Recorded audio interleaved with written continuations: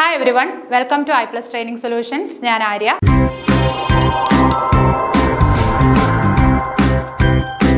അപ്പോൾ നമ്മൾ കേറ്റഡ് കാറ്റഗറി 2 സയൻസിൽ ബയോളജിയിൽ വരുന്ന ടോപ്പിക്സ് ആയിരുന്നു ഡിസ്കസ് ചെയ്തുകൊണ്ടിരുന്നത്. അതിൽ വളരെ ഇമ്പോർട്ടൻ്റ് ആയിട്ടുള്ള ഒരു ടോപ്പിക്കാണ് ഹൃദയം, ഹേർട്ട് എന്ന് പറയുന്ന ഒരു ടോപ്പിക് അല്ലേ. അപ്പം ഹേർട്ട്, കാർഡിയോവാസ്കുലർ ഡിസീസ് എല്ലാം കൂടി ഇൻക്ലൂഡഡ് ആയിട്ടുള്ള ഒരു ടോപ്പിക്കാണ്. അതിൽ എന്താണ് ഹേർട്ട്, ഹേർട്ടുമായിട്ട് റിലേറ്റഡ് ആയിട്ട് കുറേ കാര്യങ്ങൾ നമ്മൾ പ്രീവിയസ് ഇയർ ക്വസ്റ്റ്യൻ പേപ്പർ ഒക്കെ എടുത്ത് നോക്കിക്കഴിഞ്ഞാൽ നമുക്കറിയാൻ പറ്റും. ഒരു ക്വസ്റ്റ്യൻ ഉറപ്പായിട്ട് ആ ഹേർട്ടിൻ്റെ ആ ഒരു ഭാഗത്ത് നിന്ന് ഉറപ്പായിട്ട് ചോദിച്ചിട്ടുണ്ട്. അപ്പം വളരെ ഇമ്പോർട്ടൻ്റ് ആയിട്ടുള്ള ഒരു ടോപ്പിക് തന്നെയാണ് ഹേർട്ട് എന്ന് പറയുന്നത്. അപ്പം നമുക്ക് നേരെ നമ്മുടെ ടോപ്പിക്കിലേക്ക് പോകാം. ഔരസാശയത്തിൽ മാറലിന് പിറകിലായി രണ്ട് ശ്വാസകോശങ്ങളുടെയും നടുവിൽ ഇടതുവശത്തേക്ക് അല്പം ചരിഞ്ഞ് സ്ഥിതി ചെയ്യുന്ന അവയവമാണ് എന്തെന്ന് പറയുന്നത്? ഹൃദയം. ഹൃദയം എന്ന് പറയുന്നത് നമുക്കറിയാം എല്ലാവരും. ഹൃദയം എന്ന് പറഞ്ഞിട്ടൊരു സിനിമയുണ്ട് അല്ലേ. അപ്പൊ ഹൃദയം എന്ന് പറഞ്ഞാൽ എന്താ നമ്മൾ പറയും? ഹാർട്ട് എന്ന് പറയും. എന്താണ് ഹാർട്ട്? എവിടെയാണ് സ്ഥിതി ചെയ്യുന്നത്? ഔരസാശയത്തിൽ. ഔരസാശയം എന്ന് പറഞ്ഞാൽ തൊറാക്സ് ആണ് കേട്ടോ. ചില മലയാളം വേർഡ്സ് ഒന്നും കിട്ടില്ല. തൊറാക്സ് ആണ്. അപ്പം ഔരസാശയത്തിൽ മാറലിന് പിറകിലായി രണ്ട് ശ്വാസകോശങ്ങളുടെയും നടുവിൽ ഇടതുവശത്തേക്ക് അല്പം ചരിഞ്ഞ് സ്ഥിതി ചെയ്യുന്ന അവയവമാണ് എന്തെന്ന് പറയുന്നത്? ഹൃദയം എന്ന് പറയുന്നത്. അപ്പം തൊറാക്സിൽ മാറൽ, അതായത് എന്താണ് നമ്മുടെ ഹൃദയത്തിൽ ചെസ്റ്റ് അവിടെ ഒരു എന്താണ് ഒരു ബോണുണ്ട് അല്ലേ. അപ്പം അതിന് പിറകിലായിട്ട് രണ്ട് ശ്വാസകോശം, നമുക്ക് രണ്ട് ശ്വാസകോശം, ഒരു നോർമൽ ഹ്യൂമൻ ബീങ്ങിന് എന്താണ് ശ്വാസകോശങ്ങൾ രണ്ടെണ്ണമാണ്. അപ്പം അതിൻ്റെ ശ്വാസകോശത്തിൻ്റെ നടുവിലായിട്ട് ലെഫ്റ്റ് സൈഡിലേക്ക് ഇടതുവശത്തേക്ക് ഒരു ചെറിയ ചരിവോട് നിൽക്കുന്ന അവയവമാണ് എന്തെന്ന് പറയുന്നത്? ഹൃദയം എന്ന് പറയുന്നത്. അപ്പോൾ ഓർക്കുക, ഔരസാശയത്തിൽ മാറലിന് പിറകിലായിട്ട് രണ്ട് ശ്വാസകോശങ്ങളുടെയും നടുവിൽ ഇടതുവശത്തേക്ക് ചരിഞ്ഞാണ് എന്ത് സ്ഥിതി ചെയ്യുന്നത്? ഹൃദയം. നമ്മുടെ ഹ്യൂമൻ ബോഡിയിൽ ഹൃദയം സ്ഥിതി ചെയ്യുന്നത്. ഓക്കെ. അടുത്തത്, മനുഷ്യ ഹൃദയത്തിന്റെ ഏകദേശം വലിപ്പം എന്ന് പറയുന്നത് ഓരോ വ്യക്തിയുടെയും കൈമുഷ്ടിയുടെ വലിപ്പം. അതൊന്ന് ഓർത്തിരിക്കുക. അപ്പൊ മനുഷ്യ ഹൃദയത്തിന്റെ, ഒരാളുടെ ഹൃദയത്തിന് എത്ര വലിപ്പം ഉണ്ട് എന്ന് ചോദിച്ചു കഴിഞ്ഞാൽ നമ്മുടെ ഒരു കൈമുഷ്ടിയുടെ വലിപ്പമാണ് എന്തിനുള്ളത്? ഹൃദയത്തിന് ഉള്ളത്. അപ്പോൾ ഓരോ വ്യക്തിയുടെയും കൈമുഷ്ടിയുടെ വലിപ്പമാണ് എന്തെന്ന് പറയുന്നത്? ഹൃദയത്തിന് ഉണ്ടായിരിക്കുന്നത്. അതൊരു പ്രീവിയസ് ഇയർ ക്വസ്റ്റ്യൻ ആണ്. അപ്പോൾ അതൊന്ന് ഓർത്തിരിക്കുക. ഹൃദയത്തിന്റെ വലിപ്പം എന്ന് പറയുന്നത് എന്താണ്? നമ്മുടെ കൈമുഷ്ടിയുടെ വലിപ്പമാണ്. ഓക്കെ. അപ്പൊ രണ്ട് കാര്യങ്ങളാണ് നമ്മളിവിടെ പറഞ്ഞത്. ഹൃദയം എവിടെയാണ് സ്ഥിതി ചെയ്യുന്നത്, ഹൃദയത്തിന് എത്ര ഭാരമുണ്ട്. ഭാരം എന്ന് പറയുന്നത് നമ്മൾ എങ്ങനെ പറഞ്ഞത്? അല്ലെ, ഹൃദയത്തിന്റെ വലിപ്പം നമ്മൾ എങ്ങനെ പറഞ്ഞു? ഒരു കൈമുഷ്ടിയുടെ വലിപ്പം എന്ന് പറഞ്ഞു. ഇനി ഹൃദയം സ്ഥിതി ചെയ്യുന്നത് എവിടെയാണ്? ഔരസാശയത്തിൽ എവിടെയാണ്? മാറലിന് പിറകിലായിട്ട് രണ്ട് ശ്വാസകോശങ്ങളുടെയും നടുവിൽ എന്താണ്? ലെഫ്റ്റിലേക്ക്, ഇടത്തോട്ട് ചരിഞ്ഞു നിൽക്കുന്ന ഒരു അവയവമാണ് എന്തെന്ന് പറയുന്നത്? ഹൃദയം എന്ന് പറയുന്നത്. ഓക്കെ. മനുഷ്യ ഹൃദയത്തിന്റെ ഏകദേശം ഭാരം എന്ന് പറയുന്നത് 300 ഗ്രാം ആണ്. അപ്പൊ മനുഷ്യ ഹൃദയത്തിന്റെ ഏകദേശ ഭാരം എത്രയാണ്? 300 ഗ്രാം. ഏകദേശ വലിപ്പം നമ്മൾ പറഞ്ഞു. എത്ര വലിപ്പം ഉണ്ടെന്ന് പറഞ്ഞു? ഒരു കൈമുഷ്ടിയുടെ വലിപ്പം ഉണ്ടെന്ന് പറഞ്ഞു. ഭാരം എന്ന് പറയുന്നത് ഏതാണ്? 300 ഗ്രാം. ഏകദേശം 270 മുതൽ 290, അതിനെ ഒന്ന് റൗണ്ട് ചെയ്തിട്ടാണ് ഈ 300 എന്ന് പറയുന്നത്. അപ്പൊ ഇങ്ങനെ പഠിച്ചാൽ മതി. മനുഷ്യ ഹൃദയത്തിന്റെ ഏകദേശ ഭാരം എന്ന് പറയുന്നത് എത്രയാണ്? 300 ഗ്രാം. മറന്നു പോകരുത്. മനുഷ്യ ഹൃദയത്തിന്റെ ഭാരം 300 ഗ്രാം. ഇതൊരു പ്രീവിയസ് ഇയർ ക്വസ്റ്റ്യൻ ആണ്. ഓക്കെ. അടുത്തത്, ഹൃദയത്തിന്റെ ധർമ്മം എന്താണ്? ശരീരത്തിന് ആവശ്യമായ രക്തം പമ്പ് ചെയ്യുക. നമ്മൾ ചെറിയ ക്ലാസ്സുകൾ മുതൽ പഠിക്കുന്ന കാര്യമാണ്. ഹൃദയം എന്ന് പറയുന്ന ആ ഒരു അവയവത്തിന്റെ ഫംഗ്ഷൻ അല്ലെങ്കിൽ അതിന്റെ പ്രധാനപ്പെട്ട ധർമ്മം എന്ന് പറയുന്നത് എന്താണ്? എന്താണ്? നമ്മുടെ ശരീരത്തിന് ആവശ്യമായിട്ടുള്ള ബ്ലഡ് പമ്പ് ചെയ്യുക അല്ലെ, രക്തം പമ്പ് ചെയ്യുക എന്നതാണ് ഹൃദയത്തിന്റെ ഏറ്റവും വലിയ ധർമ്മം എന്ന് പറയുന്നത്. അപ്പൊ നമ്മൾ എന്തെല്ലാം കാര്യങ്ങൾ പറഞ്ഞു? ഹൃദയത്തിന്റെ വലുപ്പം എത്രയാണ്? ഒരു കൈമുഷ്ടിയുടെ വലുപ്പമാണ്. എവിടെയാണ് സ്ഥിതി ചെയ്യുന്നത് എന്ന് പറഞ്ഞു. അവിടെ നിങ്ങൾ ഓർത്തിരിക്കേണ്ട കാര്യം, സ്ഥിതി ചെയ്യുന്നതിന് അത് ഹൃദയത്തിന് ലെഫ്റ്റിലേക്ക് ഒരു ചെറിയ ചരിവുണ്ട്. അതുകൂടി ഒന്ന് ഓർത്തിരിക്കുക. ഓക്കെ. അപ്പൊ ഹൃദയത്തിന്റെ വലുപ്പം പറഞ്ഞു, ഭാരം 300 ഗ്രാം ആണെന്ന് പറഞ്ഞു. പിന്നീട് എന്താണ് നമ്മൾ പറഞ്ഞത്? അതിന്റെ ധർമ്മം. ഹൃദയത്തിന്റെ ധർമ്മം എന്താണ്? മനുഷ്യ ശരീരത്തിന് വേണ്ടുന്ന, ആവശ്യത്തിന് വേണ്ടുന്ന രക്തം പമ്പ് ചെയ്യുക എന്നതാണ് ഹൃദയത്തിന്റെ ധർമ്മം എന്ന് പറയുന്നത്. അടുത്തത്, രക്തപര്യന വ്യവസ്ഥയുടെ കേന്ദ്രം എന്ന് പറയുന്നത് എന്താണ്? ഹൃദയം. നമ്മൾ പറഞ്ഞു ഹൃദയത്തിന്റെ ധർമ്മം എന്താണ്? ഹൃദയത്തിന്റെ ധർമ്മം എന്ന് പറയുന്നത്? രക്തം പമ്പ് ചെയ്യുക എന്ന്. അപ്പൊ രക്തപര്യന വ്യവസ്ഥ, അതായത് ബ്ലഡ് സർക്കുലേഷൻ സിസ്റ്റത്തിന്റെ കേന്ദ്രം, അതിന്റെ സെന്റർ എന്ന് പറയുന്നത് എന്ത് തന്നെയാണ്? ഹൃദയം തന്നെയാണ്. ഹൃദയമാണ് നമ്മുടെ ബോഡിയിലെ എല്ലാ ഭാഗത്തേക്കും ബ്ലഡ് പമ്പ് ചെയ്യുന്നതും, പമ്പ് ചെയ്തിട്ട് അവിടുന്ന് ആണ് പല ഭാഗങ്ങളിലേക്ക് ബ്ലഡ് എത്തുന്നത് അല്ലെ. അപ്പം രക്തപര്യന വ്യവസ്ഥ, അതായത് ബ്ലഡ് സർക്കുലേഷൻ സിസ്റ്റത്തിന്റെ സെന്റർ എന്ന് പറയുന്നത് ഏത് തന്നെയാണ്? നമ്മുടെ ഹൃദയം തന്നെയാണ്. അടുത്തത്, മനുഷ്യ ഹൃദയത്തിന്റെ അറകളുടെ എണ്ണം 4. അപ്പം നമ്മൾ ഹൃദയം പഠിക്കുമ്പോൾ ആദ്യം പഠിക്കുന്ന കാര്യമാണ് എന്തെന്ന് പറയുന്നത്? മനുഷ്യ ഹൃദയം, അതായത് ഹ്യൂമൻ ബോഡിയിൽ, അതായത് ഹ്യൂമൻ ഹേർട്ടിന് എത്ര അറകളുണ്ട്? 4 അറകളുണ്ട്. 4 ചേമ്പേഴ്സ് ആണുള്ളത് അല്ലെ. ഹ്യൂമൻ ബോഡിയിൽ 4 ചേമ്പേഴ്സ് ആണുള്ളത്. അതിൽ 2 ഓറിക്കിളുകൾ 2 വെൻട്രിക്കിളുകൾ. അപ്പൊ എന്താണ് ടോട്ടൽ എത്ര അറകളുണ്ട്? 4 അറകളുണ്ട്. അതിൽ 2 എണ്ണം എന്താണ് ഓറിക്കിളുകളും 2 എണ്ണം എന്താണ് വെൻട്രിക്കിളുകളാണ് ഉള്ളത്. അപ്പം മുകളിലത്തെ 2 അറകളെ നമ്മൾ ഓറിക്കിൾ എന്നും താഴത്തെ അറകളെ നമ്മൾ എന്ത് പറയും? വെൻട്രിക്കിൾ എന്നും പറയും. ഓറിക്കിൾ എന്ന് പറയുന്ന മറ്റൊരു പേര് കൂടി ഉണ്ട്, അതുകൂടി ഓർത്തിരിക്കുക. ഓറിക്കിൾ അല്ലെങ്കിൽ ഏട്രിയം എന്ന് പറയും. ആ പേര് കൂടി ഒന്ന് ഓർത്തിരിക്കണം കേട്ടോ. ഏട്രിയം, വേണ്ട, ഏട്രിയം. ഓക്കെ, അപ്പൊ ഓറിക്കിൾ അല്ലെങ്കിൽ ഏട്രിയം, പിന്നെ താഴത്തെ അറകളെ നമ്മൾ എന്തെന്ന് പറയും? വെൻട്രിക്കിൾ എന്ന് പറയും. അടുത്തത്, മനുഷ്യഹൃദയത്തിന്റെ മുകളിലത്തെ അറകളാണ് ഓറിക്കിളുകൾ അല്ലെങ്കിൽ ഏട്രിയങ്ങൾ. മനുഷ്യഹൃദയത്തിന്റെ മുകളിലത്തെ അറകൾക്ക് എന്ത് പേര് പറയും? ഓറിക്കിൾ അല്ലെങ്കിൽ ഏട്രിയം. അപ്പൊ രണ്ടും എയിലാണ് സ്റ്റാർട്ട് ചെയ്യുന്നത്. അപ്പൊ മുകളിൽ എന്താണ്? ഫസ്റ്റ് ആണ്, എ ആണ്. അങ്ങനെ ഓർത്തിരിക്കുക. അപ്പൊ മുകളിലത്തെ 2 അറകളെ നമ്മൾ എന്തെന്ന് പറയും? ഓറിക്കിൾ അല്ലെങ്കിൽ ഏട്രിയം എന്ന് പറയും. ഇതിന്റെ പിക്ചർ ഉണ്ട്, അത് ഇത് കഴിയുമ്പോൾ ഞാൻ നിങ്ങൾക്ക് വ്യക്തമായിട്ട് പറഞ്ഞു തരാം. അപ്പം മുകളിലത്തെ അറകളുടെ പേരെന്താണ്? ഓറിക്കിൾ അല്ലെങ്കിൽ ഏട്രിയം എന്ന് പറയും. താഴത്തെ അറകളുടെ പേരെന്ത് പറയും? വെൻട്രിക്കിൾ എന്ന് പറയും. ഓക്കെ, അപ്പം മനുഷ്യഹൃദയത്തിന്റെ മുകളിലത്തെ അറയെ നമ്മൾ ഓറിക്കിൾ അല്ലെങ്കിൽ ഏട്രിയം എന്ന് പറയും. താഴത്തെ അറയെ എന്ന് പറയും? താഴത്തെ 2 അറകളെ വെൻട്രിക്കിൾ എന്ന് പറയും. അടുത്തത്, ഹൃദയത്തെ പൊതിഞ്ഞ് സംരക്ഷിക്കുന്ന ഇരട്ട സ്തരത്തെയാണ് പെരികാർഡിയം എന്ന് പറയുന്നത്. അപ്പൊ മറന്നു പോകരുത്, ഹൃദയത്തെ പൊതിഞ്ഞ് സംരക്ഷിക്കുന്ന ഇരട്ട സ്തരം. ഹൃദയത്തെ പൊതിഞ്ഞ് സംരക്ഷിക്കുന്ന ഇരട്ട സ്തരം, അതായത് 2 കവറിങ് ആണ്. ഇരട്ട സ്തരം എന്നല്ല, അപ്പൊ 2 മെംബ്രെയിൻ ഉണ്ട് അല്ലെ. അപ്പൊ ഹൃദയത്തെ പൊതിഞ്ഞ് സംരക്ഷിക്കുന്ന ആ 2 മെംബ്രെയിൻ ഉള്ള ആ ഒരു കവറിങ്ങിന് നമ്മൾ എന്ത് പേര് പറയും?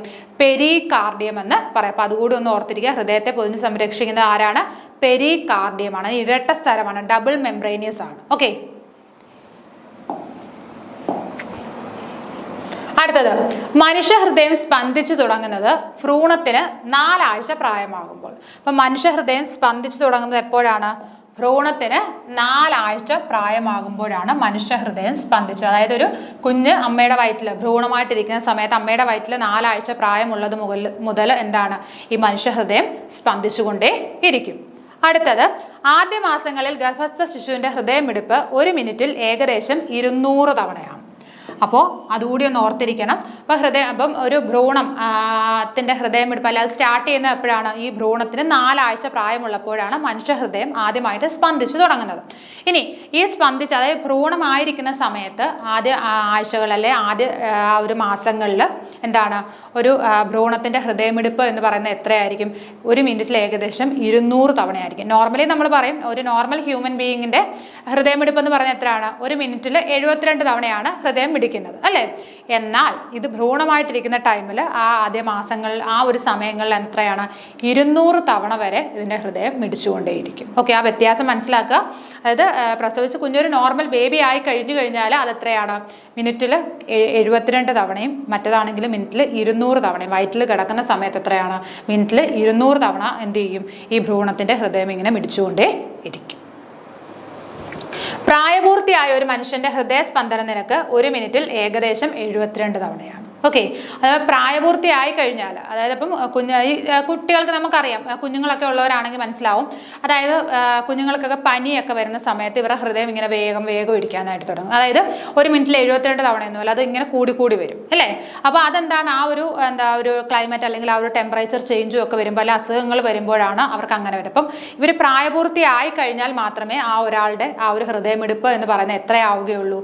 മിനിറ്റിൽ 72 തവണ ആവുകയുള്ളൂ. അതുവരെ എന്താണ് അതിനിങ്ങനെ ചെറിയ വേരിയേഷൻസ് ഒക്കെ വന്നുകൊണ്ടിരിക്കും. അപ്പോൾ പ്രായപൂർത്തി ആയി കഴിഞ്ഞിട്ട് 22 തവണ കൂടുമ്പോഴാണ് നമ്മൾ എന്താണ് ECG ഒക്കെ എടുക്കുന്നത്. എന്താണ് വേരിയേഷൻ വരുന്നതെന്നൊക്കെ അറിയാനായിട്ടാണ് ECG പോലുള്ള മറ്റ് ഇത് എടുക്കുന്നത്. വേറെ എന്തെങ്കിലും അസുഖമാണോ എന്നൊക്കെ അറിയാനായിട്ട്. അപ്പോൾ ഓർത്തിരിക്കേണ്ട കാര്യം, ഭ്രൂണത്തിന്റെ ഹൃദയമിടിപ്പ് എന്ന് പറയുന്നത് മിനിറ്റിൽ 200 തവണയും, എന്നാൽ പ്രായപൂർത്തിയായ ഒരു മനുഷ്യന്റെ ഹൃദയമിടിപ്പ് എത്രയാണ്? 1 മിനിറ്റിൽ 72 തവണയുമാണ്. Okay,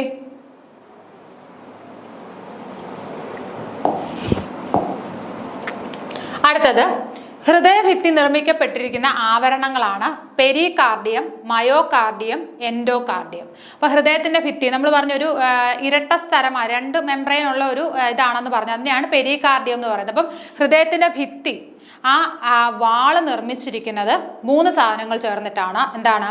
pericardium, myocardium, endocardium. Okay, എന്തൊക്കെയാണ്? പെരികാർഡിയം. പെരികാർഡിയം എന്ന് പറഞ്ഞാൽ ഡബിൾ മെംബ്രേനിയസ് ആണ്. പിന്നെ അത് കൂടാതെ തന്നെ മയോകാർഡിയം ഉണ്ട്, എൻഡോകാർഡിയം ഉണ്ട്. ഈ 3 കാർഡിയങ്ങൾ ചേർന്നിട്ടാണ് ഹൃദയത്തിന്റെ ഭിത്തി നിർമ്മിച്ചിരിക്കുന്നത്. എന്തൊക്കെ ചേർന്നിട്ടാണ് ഹൃദയ ഭിത്തി നിർമ്മിച്ചിരിക്കുന്നത്? Pericardium, myocardium, endocardium. അതിൽ പെരികാർഡിയം എന്താണ്? ഒരു ഡബിൾ മെംബ്രേനിയസ് ആയിട്ടുള്ള ഒരു ഒരു കവറിംഗ് ആണ് പെരികാർഡിയം എന്ന് പറയുന്നത്. അടുത്തത്, മനുഷ്യ ശരീരത്തിലെ വിശ്രമമില്ലാത്ത പേശിയാണ് ഹൃദയപേശി. അപ്പൊ മനുഷ്യ ശരീരത്തിലെ വിശ്രമമില്ലാത്ത ഒരു പേശി ഏതാണ്? ഹൃദയപേശിയാണ്. അത് എപ്പോഴും ഇങ്ങനെ പമ്പ് ചെയ്തുകൊണ്ടിരിക്കും. നമ്മൾ ഉണർന്നിരിക്കുമ്പോഴും ഉറങ്ങിക്കൊണ്ടിരിക്കുമ്പോഴും എല്ലാം എന്താണ്? ഇതിങ്ങനെ ഈ ഒരു ബ്ലഡ് സർക്കുലേഷൻ നടന്നുകൊണ്ടേയിരിക്കണം. അപ്പൊ ഹൃദയപേശിക്ക് എന്താണ്? റെസ്റ്റ് ഇല്ല. അത് വിശ്രമമില്ലാതെ ജോലി ചെയ്തുകൊണ്ടിരിക്കുന്ന ഒരു പേശിയാണ് എന്തെന്ന് പറയുന്നത്? ഹൃദയപേശി. ഹൃദയത്തിന്റെ ഹൃദയം എന്നറിയപ്പെടുന്നത് പേസ് മേക്കർ. അത് ഓർത്തിരിക്കണം. ഹൃദയത്തിന്റെ ഹൃദയം എന്നറിയപ്പെടുന്നത് എന്താണ്? പേസ് മേക്കർ ആണ് അല്ലേ? ഇപ്പൊ ചിലർക്ക് എന്താണ് ഹാർട്ടിനൊക്കെ ഓരോ പ്രശ്നങ്ങൾ വരുമ്പോൾ എന്താണ് നമ്മൾ പേസ് മേക്കർ ഫിറ്റ് ചെയ്യും. ഹാർട്ടിന് എന്തെങ്കിലും ഇതായിട്ട് അത് നന്നായിട്ട് വർക്ക് ചെയ്യുന്നില്ല എന്നുണ്ടെങ്കിൽ നമ്മൾ അതിന് പകരം എന്താണ് പേസ് മേക്കർ ഫിറ്റ് ചെയ്തിട്ട് അവർക്ക് പിന്നെയും സാധാരണയായിട്ട് ജീവിക്കാനായിട്ട് പറ്റും. അപ്പം ഹൃദയത്തിന്റെ ഹൃദയം എന്ന് പറയുന്നത് എന്തിനെയാണ്? പേസ് മേക്കറിനെയാണ് പറയുന്നത്. അപ്പൊ ഇവിടെ എന്തൊക്കെയാ പറഞ്ഞത്? അതായത് ഹൃദയഭിത്തി നിർമ്മിച്ചിരിക്കുന്നത് 3 ആവരണങ്ങൾ കൊണ്ടാണ്. ഏതൊക്കെയാണ്? പെരികാർഡിയം, മയോകാർഡിയം, അതേപോലെ തന്നെ എൻഡോകാർഡിയം. അതിൽ പെരികാർഡിയം എന്താണ്? ഇരട്ട സ്ഥലമാണെന്ന് നേരത്തെ പറഞ്ഞിരുന്നു. അതിനുശേഷം പറഞ്ഞത് വിശ്രമമില്ലാത്ത പേശിയാണ് ഹൃദയപേശി. കാരണം എന്താണ്? നമ്മൾ ഉണർന്നിരിക്കുമ്പോഴും ഉറങ്ങുമ്പോഴും എല്ലാം എന്താണ് നമ്മുടെ ശരീരത്തിൽ ഈ ഒരു പ്രോസസ്സ് നടന്നു, ഈ ബ്ലഡ് സർക്കുലേഷൻ നടന്നുകൊണ്ടേയിരിക്കുകയാണ്. അപ്പോൾ ഹൃദയപേശിക്ക് എന്താണ്? വിശ്രമമില്ല. അത് റെസ്റ്റ്ലെസ് ആയിട്ട് ഇങ്ങനെ ജോലി ചെയ്തുകൊണ്ടേയിരിക്കുകയാണ്. ലാസ്റ്റ് നമ്മൾ പറഞ്ഞ എന്താണ്? ഹൃദയത്തിന്റെ ഹൃദയം എന്നറിയപ്പെടുന്ന ഏതാണ്? പേസ് മേക്കർ ആണ്. അപ്പം ഹൃദയത്തിന് എന്തെങ്കിലും ഒരു കംപ്ലൈന്റ് വന്നാലും പേസ് മേക്കർ ഫിറ്റ് ചെയ്ത് കഴിഞ്ഞാൽ നമുക്ക് വീണ്ടും നോർമലായിട്ട് ജീവിക്കാനായിട്ട് പറ്റും. അതുകൊണ്ടാണ് പേസ് മേക്കറിനെ നമ്മൾ എന്തെന്ന് പറയുന്നത്? ഹൃദയത്തിന്റെ ഹൃദയം എന്ന് പറയുന്നത്. അടുത്തത്, ഹൃദയത്തിന്റെ പേസ് മേക്കർ എന്നറിയപ്പെടുന്നത് SA നോഡ്. ഹൃദയത്തിന്റെയും പേസ് മേക്കർ, ഹൃദയത്തിന്റെ ഹൃദയം എന്നറിയപ്പെടുന്ന ഏതാണ്? പേസ് മേക്കർ ആണ്. ഇനി ഹൃദയത്തിന്റെ പേസ് മേക്കർ എന്നറിയപ്പെടുന്നത് ആരാണ്? SA നോഡാണ്, സൈനോ ഏട്രിയൽ നോഡ്. ഓക്കെ, അപ്പം ഹൃദയത്തിന്റെ ഹൃദയം എന്ന് പറയുന്നത് ഏതാണ്? പേസ് മേക്കർ ആണ്. ഹൃദയത്തിന്റെ പേസ് മേക്കർ എന്ന് പറയുന്നത് SA നോഡ്. SA നോഡിന്റെ ഫുൾ ഫോം എന്താണ്? സൈനോ ഏട്രിയൽ നോഡ് എന്നാണ്. ഓക്കെ, അടുത്തത്, അർബുദം ബാധിക്കാത്ത അവയവം. അപ്പൊ നമ്മുടെ ശരീരത്തിൽ മിക്കവാറും എല്ലാ ഭാഗങ്ങളിലും എന്ത് ബാധിക്കും? അർബുദം, ക്യാൻസർ ബാധിക്കും. എന്നാൽ ക്യാൻസർ ബാധിക്കാത്ത ശരീരത്തിലെ ഒരു അവയവമാണ് എന്തെന്ന് പറയുന്നത്? ഹൃദയം അല്ലെങ്കിൽ ഹാർട്ട് എന്ന് പറയുന്നത്. അതൊന്ന് ഓർത്തിരിക്കുക. ക്യാൻസർ ബാധിക്കാത്ത അല്ലെ അർബുദം ബാധിക്കാത്ത ശരീര അവയവമാണ് എന്ത്? ഹൃദയം എന്ന് പറയുന്നത്.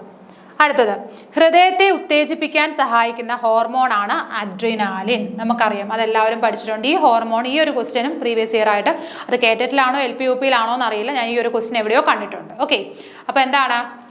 ഹൃദയത്തെ ഉത്തേജിപ്പിക്കുന്ന ഹോർമോൺ ഏതാണെന്ന് ചോദിച്ചിട്ടുണ്ട്. ഏതാണ്? അഡ്രിനാലിൻ ആണ്. ഹൃദയത്തെ ഉത്തേജിപ്പിക്കുന്ന ഹോർമോൺ ആണ് അഡ്രിനാലിൻ. ഓക്സിജൻ അടങ്ങിയ രക്തമാണ് ശുദ്ധരക്തം. നമുക്കറിയാം ഓക്സിജൻ ഉള്ള, അതായത് ഓക്സിജൻ ഉള്ള രക്തത്തെ നമ്മൾ എന്തെന്ന് പറയും? ശുദ്ധരക്തമെന്നും ഓക്സിജൻ ഇല്ലാത്ത രക്തത്തെ അശുദ്ധ രക്തമെന്നും, പ്യുവർ ബ്ലഡ് എന്നും ഇംപ്യുവർ ബ്ലഡ് എന്നും പറയും അല്ലേ? അപ്പോൾ ഓക്സിജനേറ്റഡ് ബ്ലഡ് ആണെങ്കിൽ അതിനെ നമ്മൾ എന്തെന്ന് പറയും? പ്യുവർ ബ്ലഡ് അല്ലെങ്കിൽ ശുദ്ധരക്തമെന്നും, ഓക്സിജൻ ഇല്ലാത്ത ബ്ലഡ് ആണെങ്കിൽ എന്ത് പറയും? ഇംപ്യുവർ ബ്ലഡ് അഥവാ ഡി ഓക്സിജനേറ്റഡ് ബ്ലഡ് എന്ന് പറയും. ഓക്കെ, ശുദ്ധരക്തമുള്ളത് ഹൃദയത്തിന്റെ ഇടത്തെ അറകളിലാണ്. അപ്പൊ ശുദ്ധരക്തം എപ്പോഴും കാണപ്പെടുന്നത് എവിടെയാണ്? ഹൃദയത്തിന്റെ ഇടത്തെ. നമ്മൾ പറഞ്ഞു ഹൃദയത്തിന് 4 അറകളുണ്ട്. അതിനെ ഹൃദയത്തെ നമ്മൾ 2ആയിട്ട് ഡിവൈഡ് ചെയ്യുകയാണെങ്കിൽ ലെഫ്റ്റ് എന്നും റൈറ്റ് എന്നും നമുക്ക് 2ആയിട്ട് ഡിവൈഡ് ചെയ്യണം അല്ലേ? അത് ആ പിക്ചർ കാണുമ്പോൾ നിങ്ങൾക്ക് കുറച്ചുകൂടെ ക്ലിയർ ആയിട്ട് മനസ്സിലാവും. അപ്പോൾ ഓർത്തിരിക്കുക, ശുദ്ധരക്തം വഹിക്കുന്ന ശുദ്ധരക്തം എപ്പോഴും ഉള്ളത് എവിടെയാണ്?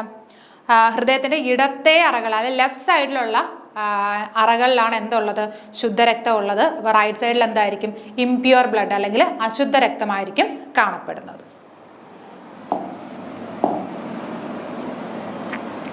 അശുദ്ധ രക്തം ഉള്ളത് ഹൃദയത്തിന്റെ വലത്തെ അറകളിൽ. അപ്പൊ അശുദ്ധ രക്തം എന്ന് പറഞ്ഞാൽ എന്താണ്? ഓക്സിജൻ ഇല്ലാത്ത ബ്ലഡിനെയാണ് നമ്മൾ എന്തെന്ന് പറയുന്നത്? അശുദ്ധ രക്തം എന്ന് പറയുന്നത്. അപ്പൊ ഈ അശുദ്ധ രക്തം എവിടെയാണ് കാണാൻ സാധിക്കുന്നത്? നമുക്ക് ഹൃദയത്തിന്റെ വലത്തെ അറകളിലാണ് അശുദ്ധ രക്തം കാണാൻ പറ്റുന്നത്. ഹൃദയത്തിന്റെ വലത്തെ ഓറിക്കിളിലേക്ക് രക്തം എത്തിക്കുന്നത് ഊർധ്വ മഹാസിര, അതായത് സുപ്പീരിയർ വീനാക്കാവ, അതേപോലെ തന്നെ അധോ മഹാസിര, ഇൻഫീരിയർ വീനാക്കാവ. അപ്പൊ ഹൃദയത്തിന്റെ വലത്തെ ഓറിക്കിളിലേക്ക്, അതായത് ഇംപ്യുവർ ബ്ലഡ്, വലത്തെ ഓറിക്കിളിലേക്ക് ബ്ലഡ് എത്തിക്കുന്ന 2 വെയിനുകളാണ്. ഏതൊക്കെ? ഊർധ്വ മഹാസിരയും അതേപോലെ തന്നെ എന്താണ് അധോ മഹാസിരയും. അതിന്റെ ഇംഗ്ലീഷ് ആണ് സുപ്പീരിയർ വീന കാവ, അതേപോലെ തന്നെ എന്താണ് ഇൻഫീരിയർ വീന കാവ. ഇവർ രണ്ടുമാണ് ഹൃദയത്തിന്റെ വലത്തെ ഓറിക്കിളിലേക്ക്, ഓറിക്കിൾ എന്ന് പറയുമ്പോൾ മുകളിലത്തെ അറയാണ് ഓറിക്കിൾ എന്ന് പറയുന്നത്. അപ്പൊ വലത്തെ ഓറിക്കിളിലേക്ക് രക്തം എത്തിക്കുന്ന രണ്ട് എന്താണ് സിരകളാണ്, ആർട്ടറീസ് ആണ്, സിരയാണ് കേട്ടോ, വെയിൻ അല്ല, ആർട്ടറി ആണ്. എന്തെന്ന് പറഞ്ഞ ഊർധ്വ മഹാസിര, അതായത് സുപ്പീരിയർ വീനാക്കാവ, അതേപോലെ തന്നെ എന്താണ് പിന്നെ അധോ മഹാസിര, ഇൻഫീരിയർ വീനാക്കാവ. അപ്പം ഈ രണ്ട് ആർട്ടറികളുമാണ് ഹൃദയത്തിന്റെ വലത്തെ ഓറിക്കിളിലേക്ക് അല്ലെ ഏട്രിയത്തിലേക്ക് എന്തെത്തിക്കുന്നത്, ഇംപ്യൂർ ബ്ലഡ് എത്തിക്കുന്നത്, അതായത് അശുദ്ധ രക്തം എത്തിക്കുന്നത്. ശ്വാസകോശത്തിൽ നിന്നും വരുന്ന ശുദ്ധരക്തം സ്വീകരിക്കുന്ന അറ ഇടത് ഏട്രിയം. ഇനി ശ്വാസകോശത്തിൽ നിന്ന് വരുന്ന ശുദ്ധരക്തം സ്വീകരിക്കുന്ന എവിടെയാണ്, ഇടത് ഏട്രിയത്തിലാണ്. ശ്വാസകോശത്തിൽ നിന്ന് വരുന്ന ശുദ്ധരക്തം എവിടെയാണ്, ഇടത് ഏട്രിയത്തിലാണ് എന്ത് ചെയ്യുന്നത്, സ്വീകരിക്കുന്നത്. ആ പിക്ചർ കാണുമ്പോൾ നിങ്ങൾക്ക് മനസ്സിലാവും. ഓക്കെ, നമ്മൾ പിക്ചറിലേക്ക് എത്തി. നോക്കിക്കേ, ഇതാണ് ഹൃദയത്തിന്റെ ഏകദേശം ഒരു പിക്ചർ എന്ന് പറയുന്നത്. ഓക്കെ, ഇവിടെ കണ്ടോ, നേരത്തെ നമ്മൾ പറഞ്ഞു സുപ്പീരിയർ വീനാക്കാവ, കണ്ടോ, ഇതാണ് സുപ്പീരിയർ വീനാക്കാവ, സുപ്പീരിയറും ഇൻഫീരിയറും ഉണ്ട്. ഓക്കെ, രണ്ട് വീനാക്കാവാസ് ആണ്. അത് രണ്ടും ബ്ലഡ് എത്തിക്കുന്ന എവിടെയാണ്, ഹൃദയത്തിന്റെ വലത്തെ ഓറിക്കിളിലേക്കെന്ന് നമ്മൾ പറഞ്ഞിരുന്നു അല്ലേ. വലത്തെ ഓറിക്കിളിലേക്ക് കണ്ടോ, ഈ രണ്ടാണ് ഒന്ന് സുപ്പീരിയർ ഒന്ന് ഇൻഫീരിയർ, അത് രണ്ടും കൂടെ എവിടെയാണ്, വലത്തെ ഓറിക്കിൾ എന്നല്ലേ പറഞ്ഞു. യെസ്, വലത്തെ ഓറിക്കിളിലേക്ക് ഒരു സെക്കൻഡ്, യെസ്, വലത്തെ ഓറിക്കിളാണ്, കറക്റ്റാണ്. വലത്തെ ഓറിക്കിളിലേക്ക് എന്ത് ചെയ്യുന്നു, ഇംപ്യൂർ ബ്ലഡ് എത്തിക്കുന്നത്, അതായത് ഓക്സിജൻ ഇല്ലാത്ത, ഓക്സിജൻ അടങ്ങാത്ത അശുദ്ധ രക്തം എത്തിക്കുന്നുണ്ട്. ഇതുവഴിയാണ് വരുന്നത്. ഇനി നോക്കിയേ, ഇതാണ് ലെഫ്റ്റ് ഏട്രിയം, അതായത് ഇടത് ഓറിക്കിൾ അല്ലെങ്കിൽ ഇടത് ഓറിക്കിൾ ഏതാണ്, ഇവിടെയാണ് എന്തുള്ളത്, ശുദ്ധരക്തം അടങ്ങിയിരിക്കുന്നത് എവിടെയാണ്, ലെഫ്റ്റ് ഓറിക്കിൾ അല്ലെങ്കിൽ ലെഫ്റ്റ് ഏട്രിയത്തിലാണ്. ഇത് ലെഫ്റ്റ് വെൻട്രിക്കിൾ, ഇതെന്താണ് റൈറ്റ് വെൻട്രിക്കിൾ, ഇത് റൈറ്റ് ഏട്രിയം. ഈ അയോർട്ട എന്ന് പറഞ്ഞാൽ എന്താണ്, ലാർജസ്റ്റ് ബ്ലഡ് വെസലാണ് നമ്മൾ അയോർട്ട എന്ന് പറയുന്നത്. അത് ഇനി പറയും, അപ്പോൾ നിങ്ങൾക്ക് മനസ്സിലാവും. ഓക്കെ, അപ്പോൾ ഏകദേശം ഒരു പിക്ചർ നിങ്ങൾക്ക് മനസ്സിലായാലും കണ്ടോ, ഈ പിക്ചർ കാണുമ്പോൾ ഇതിന് എന്താണ്, ലെഫ്റ്റിലേക്ക് ഒരു ചരിവുണ്ട്. അത് ഞാൻ ആ ഹൃദയം സ്ഥിതി ചെയ്യുന്ന ആ ഒരു ഇത് പറഞ്ഞപ്പോൾ എന്താണ്, നമ്മുടെ ശ്വാസകോശത്തിൻ്റെ ഇടയിലായിട്ട് ഇടത്തേക്ക് ഒരു ചരിവുള്ള അവയവമാണ് എന്തെന്ന് പറയുന്നത്, ഹൃദയം എന്ന് പറയുന്നത് അല്ലേ. അപ്പോൾ അതൊന്നും കൂടി ഒരു ലെഫ്റ്റിലേക്ക് ഒരു ചരിവുണ്ട്. ഓർത്തിരിക്കുക, സുപ്പീരിയർ വീനാക്കാവ, ഇൻഫീരിയർ വീനാക്കാവ, അതായത് ഊർധ്വ മഹാസിരയും അധോ മഹാസിരയും, ഇവർ രണ്ടും കൂടെ ഇംപ്യൂർ ബ്ലഡ് എവിടെ എത്തിക്കുന്നു, റൈറ്റ് ഏട്രിയം, അതായത് വലത്തെ ഓറിക്കിളിലേക്ക് എത്തിക്കുന്നു. ഇവിടെ എന്താണുള്ളത്, പ്യുവർ ബ്ലഡ് ആണുള്ളത്, അതായത് ശുദ്ധരക്തമാണ് ഇവിടെ ഉള്ളത്. ഇവിടെ എന്താണ്, അശുദ്ധ രക്തമാണ് ഉള്ളത്. ഇതിന്റെ 4 ചേമ്പറായിട്ട് ഡിവൈഡ്, ഇത് രണ്ടും എന്താണ് ഓറിക്കിള്, ഇത് രണ്ടും വെൻട്രിക്കിൾ. ഓക്കെ,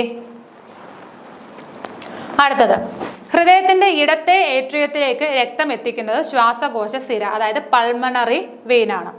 ഇനി ഹൃദയത്തിന്റെ ഇടത്തെ ഏട്രിയം, നമ്മൾ പറഞ്ഞു ഇടത്തെ ഏട്രിയത്തിൽ എന്താണുള്ളത്, ശുദ്ധരക്തമാണ് ഉള്ളതെന്ന് പറഞ്ഞായിരുന്നു അല്ലെ. ശ്വാസകോശത്തിൽ നിന്ന് ശുദ്ധരക്തം ഇടത്തെ ഏട്രിയത്തിലേക്ക് വരും എന്ന് പറഞ്ഞായിരുന്നു. അപ്പൊ ആ ശ്വാസകോശത്തിൽ നിന്ന് ഇടത്തെ ഏട്രിയത്തിലേക്ക് രക്തം എത്തിക്കുന്ന ആരാണ്, ശ്വാസകോശ സിര അഥവാ പൾമണറി വെയിൻ ആണ്. അപ്പൊ എപ്പോഴും ഓർത്തിരിക്കുക, ആർട്ടറി അതായത് സിരയിൽ കാണുന്ന എന്താണ്, എപ്പോഴും അശുദ്ധ രക്തമാണ് സിര വഹിക്കുന്നത്, വെയിൻ ആണെങ്കിലോ ശുദ്ധരക്തം വഹിക്കും. ഓക്കെ, അപ്പം സിര എന്താണ്, അശുദ്ധ രക്തമാണ് സിര എപ്പോഴും വഹിക്കുന്നത്. ഞരമ്പ്, അതായത് വെയിൻ എന്ന് പറയില്ല, ഞരമ്പ് എന്താണ്, നമ്മൾ ശുദ്ധരക്തം വഹിക്കുന്നതാണ് നരമ്പ് എന്ന് പറയുന്നത്. അപ്പൊ നോക്കിയേ, അപ്പൊ ഈ വെയിൻ ശ്വാസകോശ സിര എന്ന് പറയുക, പൾമണറി വെയിൻ എന്താണ്, ഹൃദയത്തിന്റെ ഇടത്തെ അതായത് എന്താണ്, ശ്വാസകോശത്തിൽ നിന്നും ഇടത്തെ ഓറിക്കിളിലേക്ക് പ്യുവർ ബ്ലഡ് എത്തിക്കുന്ന ആരാണ്, പൾമണറി വെയിൻ അല്ലെങ്കിൽ ശ്വാസകോശ സിര എന്ന് പറയും. ഓക്കെ, ഹൃദയത്തിന്റെ ഏറ്റവും വലിയ രക്തവാഹികളാണ് അയോർട്ട, മഹാധമനി. സോറി, ഞാൻ പറഞ്ഞതിൽ ഒരു തെറ്റുണ്ട്. സിര എന്ന് പറഞ്ഞാൽ വെയിൻ ആണ് കേട്ടോ. സിര ഞാൻ ആദ്യം പറഞ്ഞ എന്താണ്, സിര എന്ന് പറഞ്ഞാൽ ആർട്ടറിയാണ്, ഒരിക്കലും അല്ല. ആർട്ടറി എന്താണ്, ധമനിയാണ് ആർട്ടറി. സിര എന്താണ്, വെയിൻ ആണ്. അപ്പൊ അവിടെ അധോ മഹാസിര, പിന്നെന്താണ് ഊർധ്വ മഹാസിര എന്ന് പറഞ്ഞാൽ അതെല്ലാം എന്താണ്, വെയിനുകളാണ്. ഓക്കെ, അത് പറഞ്ഞതിൽ ഒരു ചെറിയ മിസ്റ്റേക്ക് പറ്റി, അപ്പൊ അത് ഞാൻ ക്ഷമ ചോദിക്കുകയാണ്. അത് മറന്നു പോകരുത് നിങ്ങൾ. സിര എന്ന് പറഞ്ഞാൽ വെയിൻ ആണ്, ധമനി എന്ന് പറഞ്ഞാലാണ് ആർട്ടറി വരുന്നത്. ഓക്കെ, അത് മാറിപ്പോകരുത് കേട്ടോ. അപ്പോൾ നോക്കിക്കേ, അപ്പൊ ഹൃദയത്തിന്റെ ഏറ്റവും വലിയ രക്തവാഹികൾ എന്ന് പറയുന്നത് ആരാണ്, അയോർട്ട. ഞാൻ പറഞ്ഞ ഏറ്റവും വലിയ ബ്ലഡ് വെസൽ എന്ന് പറയുന്നതാണ് അയോർട്ട. നമ്മൾ ചെറിയ ക്ലാസ് മുതൽ ഏറ്റവും വലുത് ചെറുത് പഠിക്കുമ്പോൾ പഠിക്കുമായിരുന്നു. ഏറ്റവും വലിയ ബ്ലഡ് വെസൽ അല്ലെങ്കിൽ എന്ന് പറയുന്നത് ഏതാണ്, അയോർട്ടയാണ് അല്ലേ. അതിനെന്താ പേര് പറഞ്ഞേ, മഹാധമനി എന്ന് പറയും. അപ്പൊ അയോർട്ടയുടെ മലയാളമാണ് മഹാധമനി എന്ന് പറയുന്നത്. ഓക്കെ, അടുത്തത് ഇടത് വെൻട്രിക്കിളിൽ നിന്നും ശുദ്ധരക്തം ശരീരത്തിന്റെ വിവിധ ഭാഗങ്ങളിൽ എത്തിക്കുന്നത് മഹാധമനി. അപ്പം ഇടത് വെൻട്രിക്കിൾ അതായത് താഴെ, വെൻട്രിക്കിൾ താഴെയാണല്ലോ, ഇടത് വെൻട്രിക്കിളിൽ നിന്ന് ശുദ്ധരക്തം എന്താണ് ശരീരത്തിന്റെ എല്ലാ ഭാഗങ്ങളിലും അല്ലെ, ശരീരത്തിന്റെ വിവിധ ഭാഗങ്ങളിൽ എത്തിക്കുന്ന ആരാണ്? മഹാധമനി. അപ്പൊ ഈ അയോർട്ട വഴിയിട്ടാണ് ഇവിടെ ശ്വാസകോശത്തിൽ നിന്ന് ശുദ്ധരക്തം എവിടെ വരും? ഇടത് ഓറിക്കിളിൽ വരും. അത് പിന്നീട് ഇടത് വെൻട്രിക്കിളിലെത്തി ഇടത് വെൻട്രിക്കിളിൽ നിന്ന് അയോർട്ട വഴി എന്ത് ചെയ്യുന്നു? ശരീരത്തിന്റെ എല്ലാ ഭാഗങ്ങളിലും ഏതൊക്കെ ഭാഗങ്ങളിലാണോ രക്തത്തിന്റെ ആവശ്യം വരുന്നത് അവിടെയെല്ലാം എത്തിച്ചു കൊടുക്കുന്ന ആരാണ്? ഈ അയോർട്ടയും അയോർട്ടയുടെ കൂടെയുള്ള ബാക്കി ക്യാപ്പിലറീസും കാര്യങ്ങളും ഒക്കെയാണ് ഇത് ബാക്കി എല്ലായിടത്തും എത്തിച്ച് കൊടുക്കുന്നത്. ഓക്കെ,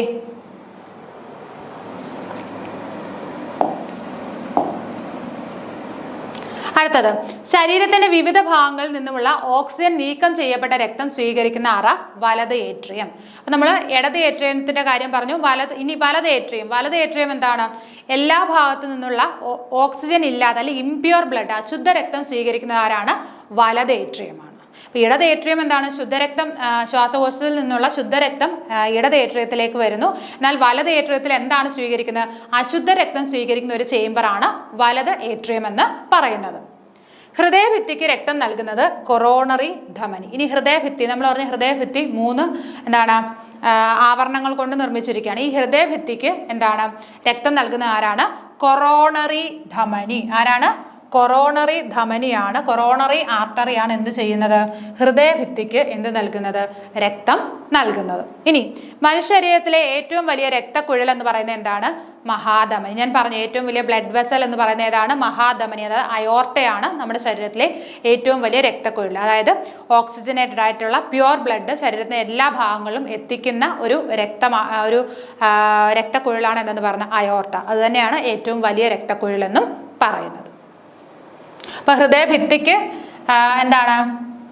രക്തം നൽകുന്ന ആരാണ്? കൊറോണറി ധമനിയാണ്. അത് മറന്നു പോകരുത്. അടുത്തത് മനുഷ്യശരീരത്തിലെ ഏറ്റവും വലിയ ധമനി എന്ന് പറയുന്നതും മഹാധമനി തന്നെയാണ്. നമ്മൾ പറഞ്ഞു കഴിഞ്ഞു. മനുഷ്യശരീരത്തിലെ ഏറ്റവും വലിയ സിര ഏതാണ്? അധോ മഹാസിരയാണ് കേട്ടോ. അപ്പം സിര വെയിൻ ഏതാണെന്ന് ചോദിച്ചു കഴിഞ്ഞാൽ ഏത് പറയും? അധോ മഹാസിരയാണ്. ഏറ്റവും വലിയ വെയിൻ ഏതാണ്? അധോ മഹാസിര. അതായത് ഏതാണ്? ഇൻഫീരിയർ വിനാകാവ എന്ന് പറയുന്നത് അല്ലെ. സുപ്പീരിയർ വിനാകാവയുണ്ട്, ഇൻഫീരിയർ വിനാകാവയുണ്ട്. അല്ലെ ഏറ്റവും വലുത് ഏതാണ്? അധോ മഹാസിര അല്ലെങ്കിൽ ഇൻഫീരിയർ വിനാകാവയാണ്. ഏറ്റവും വലിയ ധമനി ഏതാണെന്ന് ചോദിച്ചു കഴിഞ്ഞാൽ മഹാധമനിയാണ് അല്ലെ. അടുത്തത് ഹൃദയമിടിപ്പ് പരിശോധിക്കാൻ ഉപയോഗിക്കുന്ന ഉപകരണമാണ് സ്റ്റെതസ്കോപ്പ്. എല്ലാവർക്കും അറിയാവുന്ന കാര്യമാണ്. ഡോക്ടറുടെ കയ്യിലിരിക്കുന്ന ഉപകരണമാണ് സ്റ്റെതസ്കോപ്പ് അല്ലെ. ഇപ്പൊ ഹൃദയമിടിപ്പ് അളക്കാനായിട്ട് നമ്മൾ ഉപയോഗിക്കുന്ന ഒരു ഇൻസ്ട്രുമെന്റ് ആണ് എന്തെന്ന് പറയുന്നത്? സ്റ്റെതസ്കോപ്പ് എന്ന് പറയുന്നത്. സ്റ്റെതസ്കോപ്പ് കണ്ടുപിടിച്ച ആളുടെ പേര് കൂടി ഒന്ന് ഓർത്തിരിക്കുക. റെനെ ലെനക് എന്നാണ് കേട്ടോ. അപ്പൊ സ്റ്റെതസ്കോപ്പ് കണ്ടുപിടിച്ച ആരാണ്? Rene Laennec. ആ പേര് കൂടി ഒന്ന് ഓർത്തിരിക്കുക. സ്റ്റെതസ്കോപ്പ് എന്തിനാണ് ഉപയോഗിക്കുന്നത്? നമ്മുടെ ഹൃദയമിടിപ്പ് അളക്കാൻ വേണ്ടിയിട്ടാണ് സ്റ്റെതസ്കോപ്പ് ഉപയോഗിക്കുന്നത്. അത് കണ്ടുപിടിച്ച ശാസ്ത്രജ്ഞനാണ് റെനെ ലെനക് എന്ന് പറയുന്നത്. ഓക്കെ, അപ്പൊ ഇവിടെ നമ്മൾ എന്തൊക്കെ പറഞ്ഞു? ശരീരത്തിലെ ഏറ്റവും വലിയ ധമനി എന്ന് പറയുന്നത് ഏതാണ്? മഹാധമനിയാണ്. ഏറ്റവും വലിയ സിര എന്ന് പറയുന്നത് അധോ മഹാസിര, ഇൻഫീരിയർ വിനാകാവയാണ്. പിന്നീട് പറഞ്ഞ ഏതാണ്? ഹൃദയമിടിപ്പ് അളക്കാൻ ഉപയോഗിക്കുന്ന ഉപകരണമാണ് സ്റ്റെതസ്കോപ്പ്. അത് കണ്ടെത്തിയത് ആരാണ്? റെനെ ലെനക് എന്ന് പറഞ്ഞ ശാസ്ത്രജ്ഞനാണ് അത് കണ്ടെത്തിയത്. അടുത്തത് രക്തം. അപ്പൊ നമ്മൾ ഹൃദയം എന്ന് പറഞ്ഞ ആ ഒരു ടോപ്പിക്, അതിനകത്ത് ഇമ്പോർട്ടൻ്റ് ആയിട്ടുള്ള എല്ലാ കാര്യങ്ങളും ഡിസ്കസ് ചെയ്തിട്ടുണ്ട്. ഇനി നമ്മൾ നേരെ പോകുന്നത് രക്തം എന്ന് പറയുന്ന ആ ഒരു ടോപ്പിക്കിലേക്കാണ്. നോക്കിക്കേ, ജീവന്റെ നദി എന്നറിയപ്പെടുന്നത്. അപ്പൊ രക്തത്തെ അറിയപ്പെടുന്നത് എങ്ങനെയാണ്? ജീവന്റെ നദി എന്നാണ് രക്തത്തെ നമ്മൾ അറിയപ്പെടുന്നത്. ദ്രാവക രൂപത്തിലുള്ള സംയോജക കല. അപ്പൊ എന്താണ്? രക്തം എന്ന് പറഞ്ഞ ഒരു ടിഷ്യൂ ആണ്, സംയോജക കലയാണ് അല്ലെ, കണക്റ്റീവ് ടിഷ്യൂ ആണ്. അപ്പൊ എന്താണ്? ഈ ദ്രാവക രൂപത്തിൽ ഈ ടിഷ്യൂ നമ്മൾ കാണപ്പെടുന്നത് എങ്ങനെയാണ്? ലിക്വിഡ് ഫോമിലാണ് കാണപ്പെടുന്നത്. ദ്രാവക രൂപത്തിലുള്ള ഒരു സംയോജക കലയാണ് എന്തെന്ന് പറയുന്നത്? രക്തം എന്ന് പറയുന്നത്. ജീവന്റെ നദി എന്നറിയപ്പെടും. അതേപോലെ തന്നെ ദ്രാവക രൂപത്തിലുള്ള സംയോജക കല, അതായത് ലിക്വിഡ് ഫോമിലുള്ള ഒരു കണക്റ്റീവ് ടിഷ്യൂ ആണ് എന്തെന്ന് പറയുന്നത്? രക്തം അല്ലെങ്കിൽ ബ്ലഡ് എന്ന് പറയുന്നത്. ശരീരത്തിലുള്ള പോഷണ ഘടകങ്ങളെയും ഹോർമോണുകളെയും വഹിച്ചു കൊണ്ടുപോകുന്നു. അപ്പൊ ഇതിന്റെ പ്രധാനപ്പെട്ട ധർമ്മം എന്ന് പറയുന്നത് എന്താണ്? ശരീരത്തിലെ നമ്മൾ കഴിക്കുന്ന ഫുഡിൽ നിന്ന് റിക്കവർ ആവുന്ന എല്ലാ പോഷണങ്ങളും അതേപോലെ തന്നെ ഹോർമോണുകളെയും വഹിച്ചു കൊണ്ടുപോകുന്നതാണ് രക്തത്തിന്റെ ധർമ്മം എന്ന് പറയുന്നത്. ശരീരത്തിലെ എല്ലാ പോഷണങ്ങളെയും അതേപോലെ തന്നെ ശരീരത്തിൽ അടങ്ങിയിരിക്കുന്ന മറ്റു ഹോർമോണുകളെയും വഹിച്ചു കൊണ്ടുപോവുക. അതാണ് എന്തിന്റെ ധർമ്മം? രക്തത്തിന്റെ ധർമ്മം എന്ന് പറയുന്നത്. ശരീരത്തിന്റെ എല്ലാ ഭാഗങ്ങളിലും ഒരേ താപനില നിലനിർത്താൻ സഹായിക്കുന്നു. അപ്പോൾ അത് മാത്രമല്ല, ശരീരത്തിന്റെ എല്ലാ ഭാഗത്തും നമ്മുടെ ബോഡിയിൽ കംപ്ലീറ്റ് ഒരേ ടെമ്പറേച്ചർ മെയിൻറ്റെയിൻ ചെയ്യാൻ സഹായിക്കുന്നതും ആര് തന്നെയാണ്? രക്തമാണ്. ഓക്കെ, അപ്പൊ എന്തൊക്കെയാ പറഞ്ഞത്? രക്തം എന്ന് പറയുന്നത് എന്താണ്? ജീവന്റെ നദി എന്നാണ് അറിയപ്പെടുന്നത്. പിന്നെ എന്താണ്? ദ്രാവക രൂപത്തിലുള്ള ഒരു സംയോജക കലയാണ് രക്തം എന്ന് പറയുന്നത്. ഇതിന്റെ പ്രധാനപ്പെട്ട ധർമ്മങ്ങൾ എന്തൊക്കെയാണ്? ശരീരത്തിലെ പോഷണങ്ങൾ, അതേപോലെ തന്നെ ഹോർമോണുകളെ വഹിച്ചുകൊണ്ട് നടക്കുന്നു. പിന്നീട് എന്താണ്? നമ്മുടെ ബോഡിയിൽ കംപ്ലീറ്റ് ആ ടെമ്പറേച്ചർ മെയിൻറ്റെയിൻ ചെയ്യാൻ സഹായിക്കുന്നതും ആര് തന്നെയാണ്? രക്തം തന്നെയാണ് സഹായിക്കുന്നത്. അടുത്തത്, മനുഷ്യ ശരീരത്തിലെ രക്തത്തിന്റെ അളവ് 5 മുതൽ 6 ലിറ്റർ വരെ. നമ്മൾ പറയും ബ്ലഡ് ഡൊണേറ്റ് ചെയ്യണമെന്ന് പറയും അല്ലേ? ബ്ലഡ് ഡൊണേറ്റ് ചെയ്യാൻ പറയും. അപ്പം ഒരാളുടെ ശരീരം, അതായത് ഒരു മെച്യൂർ ആയിട്ടുള്ള അല്ലെങ്കിൽ ആരോഗ്യവാനായിട്ടുള്ള ഒരു ഹ്യൂമൻ ബീയിങ്ങിന്റെ ബോഡിയിൽ എത്ര ലിറ്റർ ബ്ലഡ് കാണും? 5 മുതൽ 6 ലിറ്റർ ബ്ലഡ് വരെ ഒരാളുടെ ശരീരത്തിൽ കാണും. അതിൽ നമ്മൾ ഡൊണേറ്റ് ചെയ്യുന്ന എത്രയാണ്? ഒരു 300 ml ബ്ലഡ് ഒക്കെയാണ് നമ്മൾ ഡൊണേറ്റ് ചെയ്യുന്നത്. 6 മാസം അല്ലെങ്കിൽ 3 മാസം കൂടുമ്പോൾ എന്ത് ചെയ്യാൻ പറ്റും? നമുക്ക് ബ്ലഡ് ഡൊണേറ്റ് ചെയ്യാൻ പറ്റും. അത് നല്ലൊരു കാര്യമാണ്. ബ്ലഡ് ഡൊണേറ്റ് ചെയ്യുന്നത് വളരെ നല്ലൊരു കാര്യമാണ്. അപ്പോൾ 5 മുതൽ 6 ലിറ്റർ വരെ ബ്ലഡ് എവിടെയുണ്ട്? മനുഷ്യ ശരീരത്തിൽ ഉണ്ട്. ശരീരത്തിലെ രക്തകോശങ്ങൾ നിർമ്മിക്കുന്നത് അസ്ഥിമജ്ജയിലാണ്. അപ്പൊ അതൊന്ന് ഓർത്തിരിക്കുക. അപ്പൊ ഈ രക്തകോശങ്ങളെ നിർമ്മിക്കുന്നത് എവിടെയാണ്?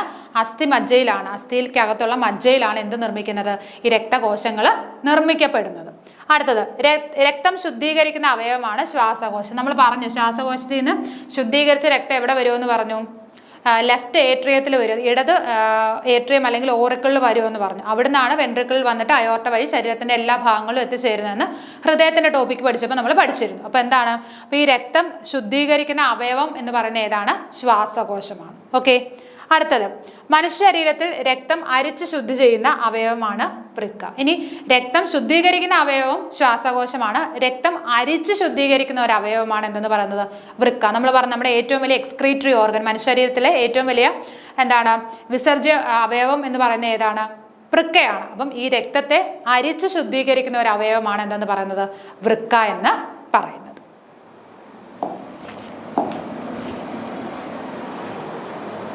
ഓക്കെ, അടുത്തത് ഇനി രക്തകോശങ്ങളെ നമുക്ക് 3ആയിട്ട് ഡിവൈഡ് ചെയ്യാം. ഏതൊക്കെയാണ്?